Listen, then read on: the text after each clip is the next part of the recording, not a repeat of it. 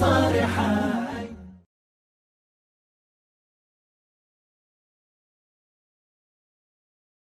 Saya kira Ustadz, kita harus balance, menilai, seimbang.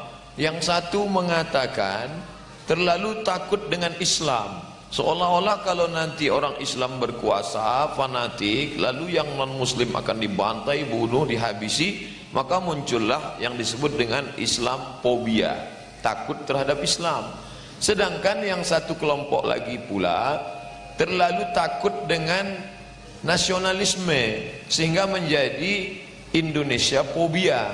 Kedua kelompok ini ada. Maka kita mesti paham, negeri ini didirikan oleh para ulama.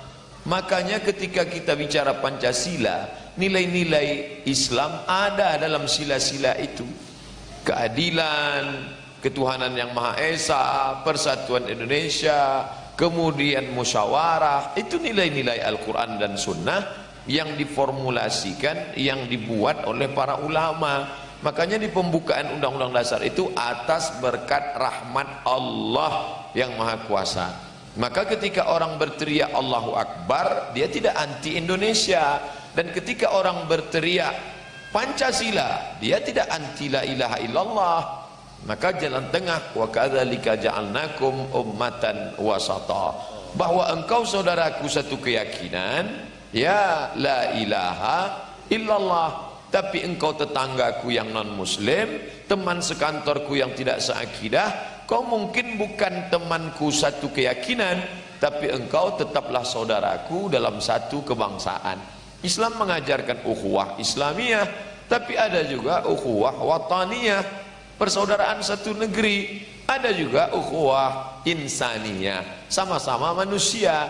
Dan ketika Nabi Muhammad SAW mengajarkan, satarijuna rijalan fis sawami, nanti kalian akan menemukan para pendeta di gereja, la ta'ridu lahum, jangan ganggu pendeta, la taqtulu sabiyan murdi'a, jangan bunuh anak kecil yang masih menyusui, wala syaikhan faniya, jangan bunuh orang tua renta, la taqtulunna syajaratan, jangan potong pokok kayu, wala ta'qiranna nakhlan, jangan cabut pohon korma, wala tahdimu buyutan, jangan hancurkan rumah.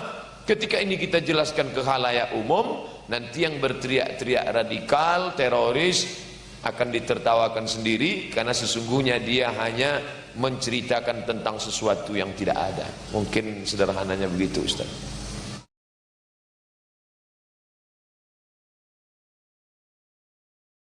Cadar adalah ajaran Islam. Ada hadis-hadis, lebih 20 hadis tentang perempuan bercadar, tapi ulama ikhtilaf. Ulama Saudi Arabia, Syekh Abdul Aziz bin Bas mengatakan cadar wajib, Syekh Ibnu Utsaimin mengatakan cadar wajib, tapi ulama Al-Azhar mengatakan cadar mustahab, dianjurkan, tak sampai wajib. Kami tamat dari Al-Azhar, condong kepada ulama Al-Azhar, cadar tidak wajib, tapi yang bagi bercadar baik, bagus.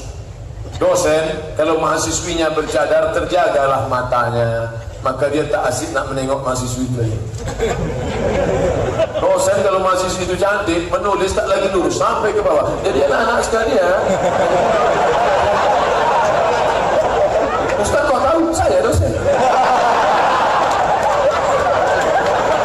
Mereka bercadar bukan menjaga diri mereka, mereka bercadar bukan menjaga wajah mereka, mereka bercadar untuk menjaga kita supaya mata kita tak berzina. Betul? Ada perempuan gadis cantik, kalau dia minum kopi, nampak kopi itu mengalir. Aku bertabrakan supir saudagunya, atu-atu yang naik motor masuk parit. Maka ketika mereka bercadar, terjagalah mereka. Betul?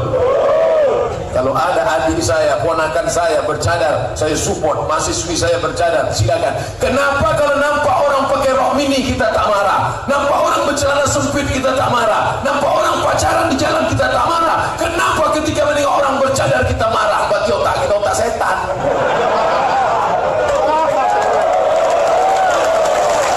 Gara-gara apa? Gara-gara banyak makan haram.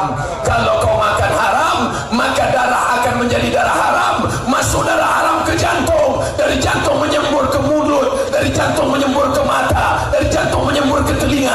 akhirnya matamu menengok haram, telinga haram, isi otakmu pun haram, nasihatin ubun, kadibatin pembohong, khatiatin pendusta, pembohong, penipu, pendusta. Gara-gara apa? Gara-gara banyak makan haram. Maka jangan makan haram. Allahu Akbar. Saya yakin ini akan dipotong di internet dan diupload. Setelah ini menebar angin menuai badai. Tentu akan banyak nanti bully. Takutkah kita? Tidak. Hidup hanya sementara. Kita pun akan mati juga. Yang mengejek itu mati, yang diejek mati. Betul? Yang pakai cadar mati, yang pakai jilbab mati, yang pakai celana jin hantu pun mati. Masih tak hidup sesuka hatimu, tapi nanti di akhirat kau akan minta tanggung jawab di hadapan Allah. Sekecil apapun cakapmu, perbuatanmu, kau akan dituntut di hadapan Allah. Faman ya'mal mithqala dzarratin khairan yarah. Sebesar biji sawi akan dituntut di hadapan Allah Subhanahu wa taala.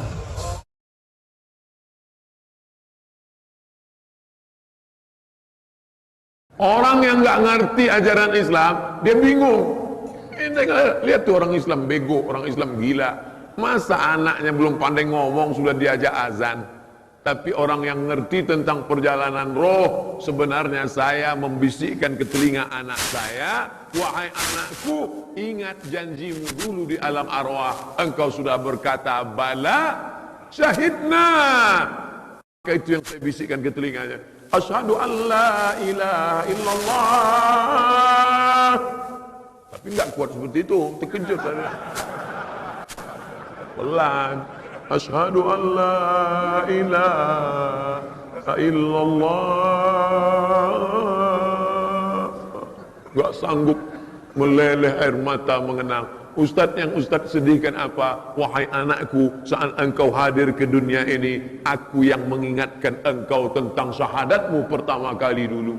Asyhadu an la ilaha illallah. Dan aku ingin saat aku pergi dari alam ini, saat kau datang ke alam ini, aku yang membisikkan ke telingamu.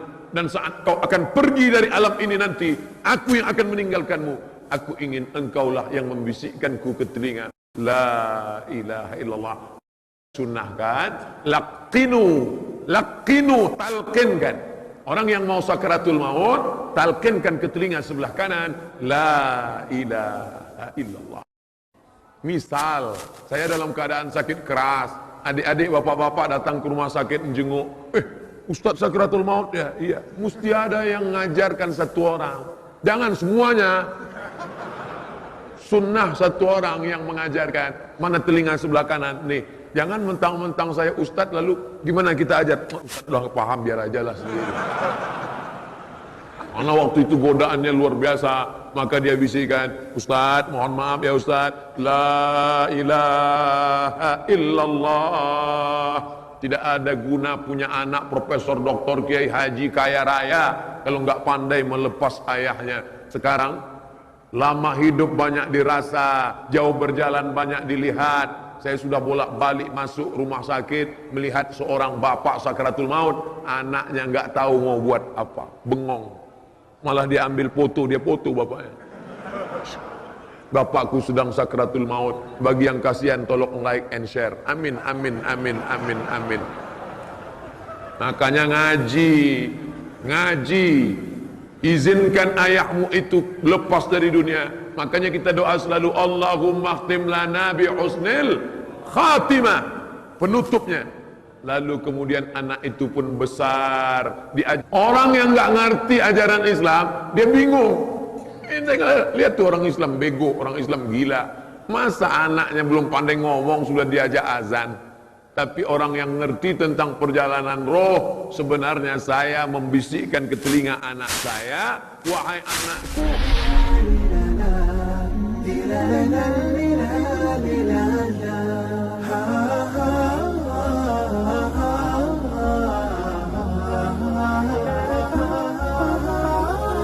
في كتاب الله قلبي صار حار.